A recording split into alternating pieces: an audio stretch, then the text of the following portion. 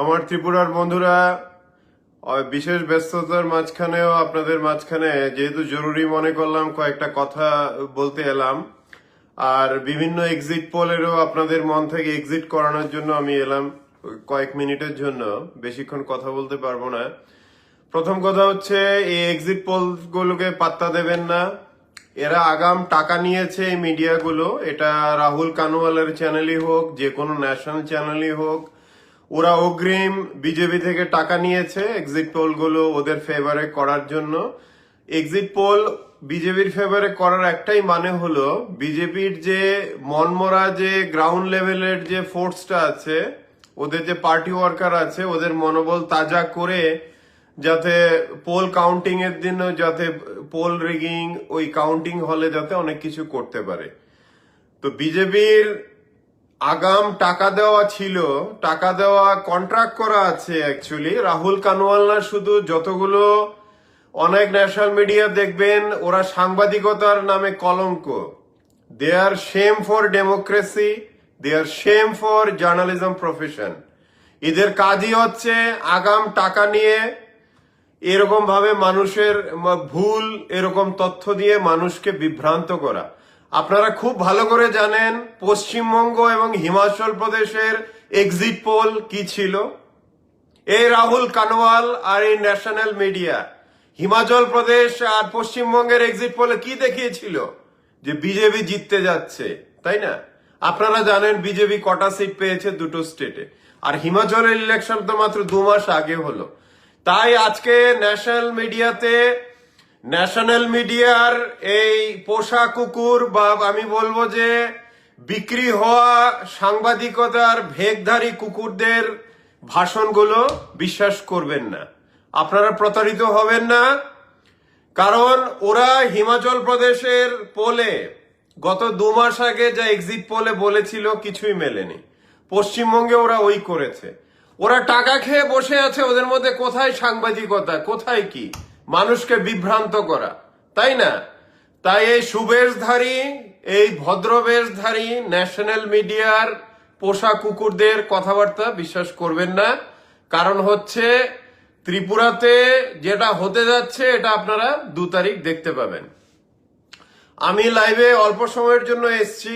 দ্বিতীয় যে গুরুত্বপূর্ণ কথাটা বলবো, এটা ত্রিপুরার বিরোধী দলগুলোর উদ্দেশ্যে, যে আপনারা এই যে শান্তি চাই চারিদিকে নাকে তেল দিয়ে ঘুমানোর যে প্রবণতা দেখা যাচ্ছে, ওটা আপনারা ত্যাগ করুন।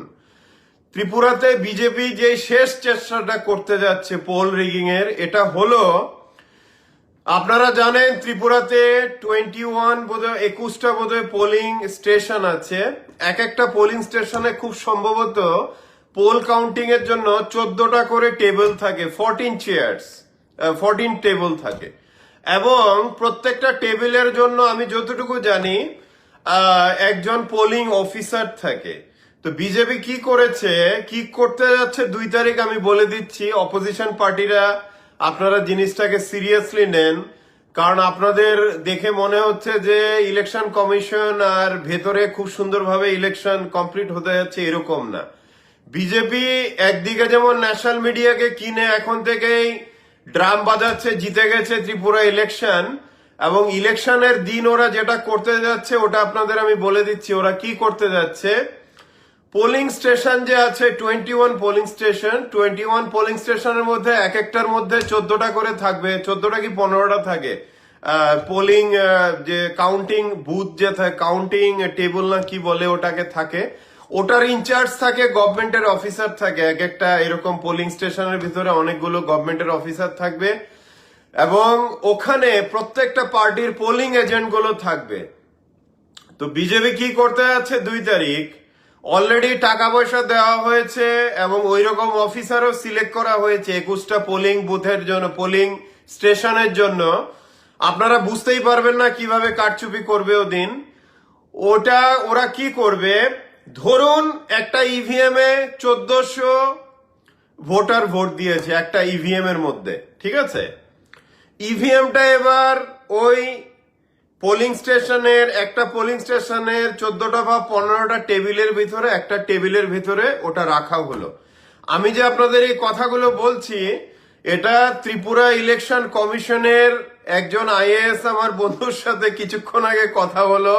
আমি ওকে একটা সাধারণ প্রশ্ন জিজ্ঞেস করেছিলাম যে তুমি তো ইলেকশন ডিউটিতে আছো ত্রিপুরাতে, যে বলো তো বিজেপি বা কেউ যদি বুথে রিগিং করতে চায় এখন কিভাবে করতে পারে, মানে কি করতে পারে এখন রিগিং করার জন্য।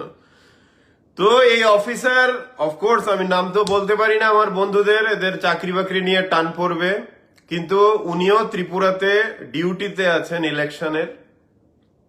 উনি যেটা বললেন এটা হলো যে ইভিএম রিপ্লেস করাটা ইজ ভেরি ডিফিকাল্ট, কারণ চারিদিকে সিসিটিভি লাগানো আছে। কিন্তু 2 তারিখ পোল কাউন্টিং এর জন্য বিজেপি যেটা করবে এটা হচ্ছে ওদের পিক করা, মানে ওদের মানে একদম সিলেক্ট করা অফিসারদের ওরা বিভিন্ন পোলিং বুথে অলরেডি ডিউটিতে এনগেজ করেছে। ওরা কি করবে, ধরুন একটা ইভিএম মেশিনে 1400 ভোট আছে, এই মেশিনটা যখন নাকি কাউন্টিং হবে তখন একটা ট্যালি শিট থাকে, মানে কোন পার্টির পক্ষে কত মানে ভোট পড়েছে একটা ট্যালি শিট থাকে, ট্যালি শিট। এই ট্যালি শিটে 14টার মধ্যে ধরুন 700টা পেয়েছে ধরুন সিপিএম, কংগ্রেস পেয়েছে কিছু, বিজেপি পেয়েছে ধরুন 300 400 এরকম। ওখানে কি করে ওই যে ট্যালি শিটটা আছে, ট্যালি শিটটাকে ইচ্ছে করলে যে অফিসার আছে ওখানে ডিউটিতে ও ম্যানিপুলেট করতে পারে। ও কাউন্টিং হলে যে অপোজিশনদের যে এজেন্ট থাকবে ওদেরকে খালি ভয় দেখাবে বা বলবে যে আমরা 1400 ভোট না, এখানে আরো আমরা 100 ভোট বা 150 ভোট ঢুকিয়ে দিচ্ছি। ধরুন 1400-র মধ্যে বিজেপি হয়তো পেল 300টাকে ওরা করবে কি ট্যালি শিটে যখন এন্ট্রি করবে এই নাম্বারগুলো, ধরুন সিপিএম পেয়েছে 700, কংগ্রেস পেয়েছে 400, সাথে এ গেল 11, আর ধরুন 300 পেয়েছে বিজেপি। যখন অফিসার এই যে পোলিং স্টেশনের পোলিং টেবিলের মধ্যে ও কি করতে পারে, ও এই যে নাম্বারটা আছে যখন নাকি এন্ট্রি করবে ট্যালি শিটে তখন ও দেখিয়ে দিতে পারে 700 ভোট সিপিএম এর না, পড়েছে ওটা বিজেপি। এরকম ভাবেই ওরা ম্যানিপুলেশন করার মাস্টার প্ল্যান অলরেডি বানিয়েছে। কিন্তু এটা বিরোধী দলের সমস্ত নেতা নেত্রীদের আমি বলবো আপনারা এখন সবকিছু ছেড়ে এই যে 21টা পোলিং স্টেশনে, এক একটা পোলিং স্টেশনে 14-15টা যে কাউন্টিং টেবিল যে থাকে, টেবিলে ইভিএম গুলো যখন কাউন্টিং হবে, কাউন্টিং হওয়ার পরে তখন যে ট্যালির যে টেবিলটা যে বানানো হবে ওই টেবিলটার নিচে প্রত্যেকটা পার্টির পোলিং রিপ্রেজেন্টেটিভের সাইন করতে হয়। সেই ট্যালির যে টেবিলটা হবে এই টেবিলটা এবং ভোটগুলি যে গণা হচ্ছে ইভিএম থেকে কাউন্টিং, এইটা যেন সিপিএম, কংগ্রেস, টিপ্রামথার যারাই আছে পোলিং এজেন্ট, যাতে খুব শক্তপোক্ত লোক যাতে বিরোধী দলগুলো পোলিং স্টেশনে যাতে লাগায়। যদি শক্তপোক্ত লোক না লাগানো হয় তাহলে বিজেপি তাদের অফিসার যাদেরকে টাকা খাওয়ানো হয়েছে তাদের পোলিং এজেন্টরা তো আছেই, ওরা মিলে করবে কি ইভিএম থেকে কাউন্টিং হবে, কিন্তু যখন ট্যালি শিট প্রত্যেকটা ইভিএম যখন কাউন্ট হয় ওদের এই যে ট্যালি শিট থাকে, ট্যালি শিটের ভিতরে নাম্বারগুলো ওরা সিপিএম এর নাম্বারটা বিজেপির নামে ঢুকিয়ে দিয়ে তারপর সাইনটা করিয়ে নিল চাপ দিয়ে। তো অনেক কিছুই হতে পারে, কারণ মনে রাখবেন ওরা কোটি কোটি টাকা নিয়ে খেলাতে নেমেছে এবং ইলেকশন যে কাউন্টিং হবে ওই খেলাটা ওরা খেলবে। আমি এই লাইভটার কন্টিনিউ, এখন আমি প্রচন্ড ব্যস্ত অ্যাকচুয়ালি বিভিন্ন কাজে, আমার অফিসের কাজে, কিন্তু বন্ধুরা আপনাদের মাঝখানে এলাম এই গুরুত্বপূর্ণ বার্তাটা দিতে যে বিজেপি একদিকে যেমন মিডিয়াকে পয়সা দিয়ে দেখাচ্ছে কতগুলো সিট পাবে, আবার অতগুলো সিট পাওয়ার জন্য ওরা পোলিং স্টেশন গুলোতেও ওরা নিজেদের অফিসিয়াল দিয়ে সব ফিট করে রেখেছে। ওরা 2 নাম্বারিংটা করবে, ট্যালি শিটে নাম্বারগুলো অদল বদল করবে, করে সেরে ওরা অ্যানাউন্স করে দেবে যে বিজেপি জিতেছে। তো এটা হতে যাচ্ছে 2 তারিখ। বিরোধী দলগুলি আপনারা ঝাঁপিয়ে পড়ে প্রত্যেকটা ট্যালি শিট, প্রত্যেকটা ইভিএম কড়া নজরে রাখুন। ওইটাই হবে বিজেপির শেষ চেষ্টা ইলেকশন জেতার। আর বন্ধুরা, আমি এখন বিদায় নিচ্ছি, কিন্তু আপনাদের বলবো এক্সিট পোলে একদমই মাথা না ঘামাতে। এই বিজেপি যে এক্সিট পোল যে বিজেপির মিডিয়াগুলো পাবলিশ করেছিল, হিমাচল প্রদেশেও বিজেপি জিতবে, ওয়েস্ট বেঙ্গলেও তো বিশালভাবে বিজেপি জেতার কথা তৃণমূলের বিরুদ্ধে, কিন্তু কি হয়েছে তো আপনারা জানেন। তাই এক্সিট পোল ন্যাশনাল মিডিয়ার পাত্তা দেবেন না, ওরা আগাম চুক্তি করেছে, টাকা নিয়েছে, যা হবে হবে। কিন্তু আপনারা ইলেকশন কাউন্টিং এর দিন যাতে কোন রকমের 2 নাম্বারই না করতে পারে, কারণ ইলেকশন অফিসিয়ালরাই করবে ভেতর থেকে, ট্যালি শিট নাম্বারগুলো চেঞ্জ করবে, ওইটা যাতে না করতে পারে আমি বিরোধী দলগুলোর নেতাদের কাছে অনুরোধ রাখবো, আপনারা চারিদিকে ঘোরাঘাড়ি বন্ধ করে কোথায় শান্তির বাতাবরণের এসব ভাষণ টাষণ না দিয়ে আপনারা এখানে ফোকাস করুন যে 21টা পোলিং স্টেশনে আপনাদের যে পোলিং এজেন্ট কারা হবে, শক্তপোক্ত লোক ওখানে রাখতে হবে, এবং ওখানে কোনোভাবেই যাতে অফিসারগুলো, ইলেকশন অফিসিয়াল গুলো যাতে ট্যালি শিটে যাতে এক দলের নাম্বার আরেক দলে এরকম উল্টোপাল্টা যাতে না যাতে করতে পারে, এটা হবে আপনাদের এখন লক্ষ্য। আপনারা এই কদিন সমস্ত ভাষণ মিটিং মিছিল বন্ধ করে আপনারা 21টা পোলিং স্টেশনে ফোকাস করুন। মাঝে আমার একটা কল এসেছিল, এই জন্য ডিসরাপশন হয়েছিল। বন্ধুরা, আমি আবার আসতে চেষ্টা করব মাঝে মধ্যে, আপনারা শক্ত থাকবেন।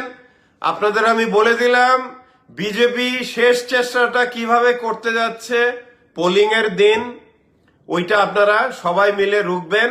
আর ত্রিপুরার বন্ধুরা, বিশেষ করে বিরোধী দলের মানুষদের, সাধারণ মানুষরা, আপনারা পোলিং স্টেশন যেখানেই আছে অনেক দূরে চারিদিকটা এমন ভাবে দেখবেন ইলেকশন কাউন্টিং এর আগের দিন থেকে, যাতে বাইরের লোকজন, সন্ত্রাস বাহিনী ওখানে যাতে ঘাঁটি গেড়তে না থাকে। কারণ বিভিন্ন পোলিং স্টেশন থেকে পোলিং এজেন্টদের ধাক্কা দিয়ে বার করে দেওয়া, ওদেরকে করা, প্রাণের হুমকি দেখানো, বাইরে ওদের গুন্ডা বাহিনী থাকা, পিস্তল বা বোমা নিয়ে ওগুলো হবে। কিন্তু এগুলো আপনারা যেভাবে ইলেকশনে ফ্রি অ্যান্ড ফেয়ার করেছেন রাস্তায় রাস্তায় বেরিয়ে, আপনারা ইলেকশন কাউন্টিং এর দিনও সবাইকে অনুরোধ রাখবো আপনারা রাস্তায় রাস্তায় বেরিয়ে যান, বেরিয়ে ত্রিপুরাতে ভোট গণনা পর্বটাকে সুন্দরভাবে গণতন্ত্রকে প্রতিষ্ঠিত করার সমগ্র চেষ্টাটা করুন। কারণ ওই দিনও, ভোট গণনার দিনও আপনারা সবাই রাস্তায় থাকবেন, যাতে 21টা পোলিং স্টেশনের চারিদিকে কোনো গুন্ডা বাহিনী, বাইক বাহিনী, পিস্তল নিয়ে যাতে সন্ত্রাসের বলয় না তৈরি করতে পারবে। আমি ইলেকশনের দিনও বলেছিলাম, আজকেও বলছি, ইলেকশন কমিশন, পুলিশ কি করছে না করছে ওদের কাজ, কিন্তু কাউকে 1% বিশ্বাস করবেন না। গণতন্ত্র আপনাদের রক্ষা করতে হবে। আমি আবার আসতে চেষ্টা করব বন্ধুরা, ভালো থাকবেন, জয় হিন্দ।